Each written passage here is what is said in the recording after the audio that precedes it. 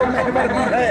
اور آقا علیہ السلام کی ختم نبوت اب قیامت تک وہ اٹل حقیقت ہے کہ جس پر پورے کے پورے دین کی عمارت قائم ہے۔ ہم تمام تر سامراجی قوتوں کو، ان کے ایجنٹس کو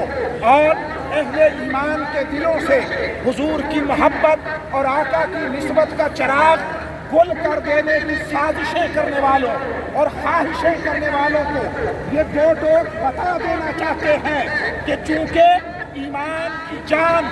نسبت و محبت رسالت صلی اللہ علیہ وسلم، اس لیے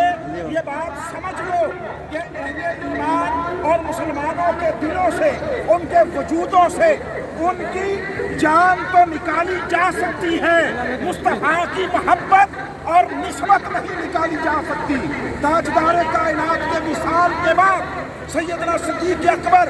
رضی اللہ تعالی عنہ نے دفاع اسلام کے لیے جو سب سے پہلا